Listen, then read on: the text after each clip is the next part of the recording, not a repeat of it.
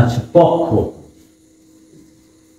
পক্ষ এর উচ্চারণ বরিশাল বোর্ড 2019 পক্ষ উচ্চারণ আসলে আমরা বলি পক্ষ, এটা হয় পক্ষ, ওক, তারপরে খো, পক্ষ। আচ্ছা, এখানে ক খ কোথা থেকে আসলো? নোট, আমি একটা নোট দিয়ে দিই। আচ্ছা, নোটের জন্য এখানে এত জায়গা লাগবে না, এটা হচ্ছে নোট। এই নোটটা একটু মনে রাখবে তোমরা। দেখো, এই ক্ষীয় যদি শব্দের মধ্যে থাকে তাহলে ক এবং খ এর মতো উচ্চারিত হয়, ক্ষীয় যদি শব্দের শুরুতে থাকে তাহলে খ এর মতো উচ্চারিত হয়। তাহলে দেখো, এটা অবশ্যই শেষে আছে, তাহলে এখানে কি হবে? পক্ষ। আচ্ছা, এখানে ওকার কেন হলো? কোনো শব্দ উচ্চারণ করতে যদি আমাদের ঠোঁটটা গোলাকৃতি হয় তাহলে সেখানে ওকার দিতে হয়। পক্ষ, পক্ষ, পক্ষ, পক্ষ না, পক্ষ, পক্ষ। আচ্ছা, তারপরে কি আছে? ব্যাকরণ, ব্যাকরণ। এটা কি হবে? ব্যাকরণ, বয়জফল আকার ক, রয় কর র আর দন্ত ন। আচ্ছা, ব্যাকরণ, এটা দন্ত ন অবলিক। এখানে দেখো, দন্ত ন অবলিক মূর্ধন্য ন থাকলে, মূর্ধন্য ন থাকলে এটা সর্বদাই দন্ত ন হয়। এখানে কি আছে? মূর্ধন্য ন, এখানে হয়েছে দন্ত ন। আচ্ছা, তারপরে কি আছে? বিশ্বাস, বিশ্বাস, বিশ্বাস। এটা তো সহজ আছে, বি, এই যে ব ফলা আছে, শব্দের মধ্য বা শুরু, শব্দের মধ্য বা শেষে যদি ব ফলা থাকে তাহলে একটি নিয়ম আছে যে তার দ্বিত্ব হয়। তাহলে এখানে কি হবে? 20, তারপরে দ্বিত্ব করলাম, ব ফলা আছে, এই জন্য দুইটা লিখলাম। এখানে দ্বিত্ব মানে দুইবার উচ্চারিত হওয়া, তারপরে এই আছে আকার, তারপরে আবার তালব্য। দেখো, বিশ্বাস, তিনটা তালব্য কেন গুলো বুঝতে পারছো? এই যে দ্বিত্ব হয়েছে তার দুইটা, আর এই দ্বন্দ্ব স, আসলে উচ্চারণ করার সময় দ্বন্দ্ব স থাকলে তালব্য হয়, অর্থাৎ এই শব্দতে দ্বন্দ্ব স থাকলে এই শব্দতে তালব্য হয়। এরপরে কি আছে? ঐতিহ্য, ঐতিহ্য, এটা কি হবে? ওই, তারপরে কি হবে? তি, ঐতিহ্য। আচ্ছা, ঐতিহ্য কেন এরকম কেন হলো?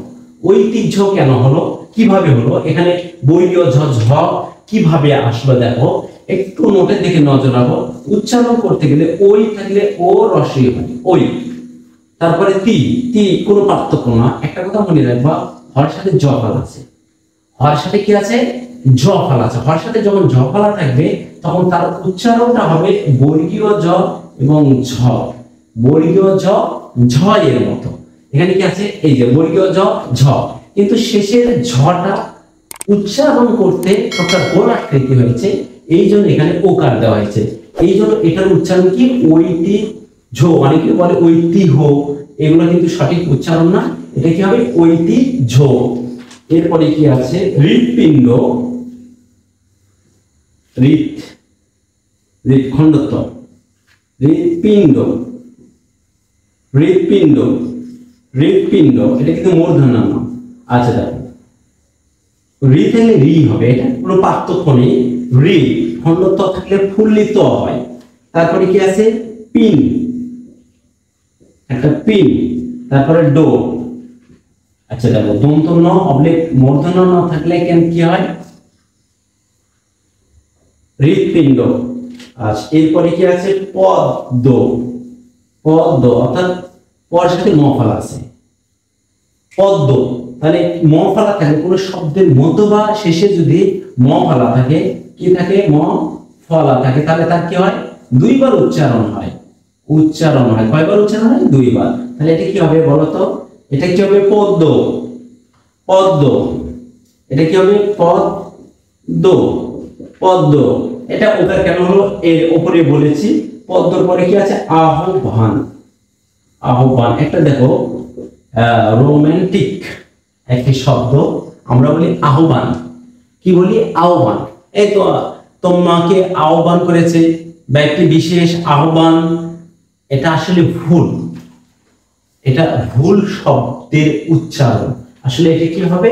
দেখো, হর সাথে যদি ব ফলা হয়, হর সাথে যদি ব ফলা হয় এবং তার আগে যদি এই হর সাথে ব ফলা যুক্ত শব্দের আগে যদি অ অবলিক আ থাকে, অ আ অবলিক অ থাকে, এই দুইটার যে কোনো একটি থাকে, তাহলে হ ব এর সাথে হয় কি, এটা হয় ও ভ, ও ও ভ, ও আর ভ, তাহলে এটা কি হবে সরা, দেখো ও, তারপরে ভ, এই যে আটা, তারপরে দন্তন্য, আহ্বান, উচ্চারণটি কি হবে আহ্বান, আমরা কি বলি আহ্বান, আহ্বান। আশা করি বরিশাল বোর্ড 2019-এর উচ্চারণের সমাধান তোমরা সুন্দরভাবে বুঝতে পেরেছো। তোমরা যদি কোথাও না বুঝতে পারো অবশ্যই কমেন্টের মাধ্যমে আমাকে জানাবে, আমি ইনশাআল্লাহ চেষ্টা করব তোমাদের সেই প্রশ্নের উত্তর দেওয়ার জন্য। সেই সঙ্গে আমার ভিডিওটি যদি তোমাদের ভালো লেগে থাকে অবশ্যই চ্যানেলটি সাবস্ক্রাইব করে রাখবে, সেই সঙ্গে অবশ্যই চ্যানেলটি ফলো এবং ভিডিওটি শেয়ার দিতে ভুলবে না। আল্লাহ হাফেজ।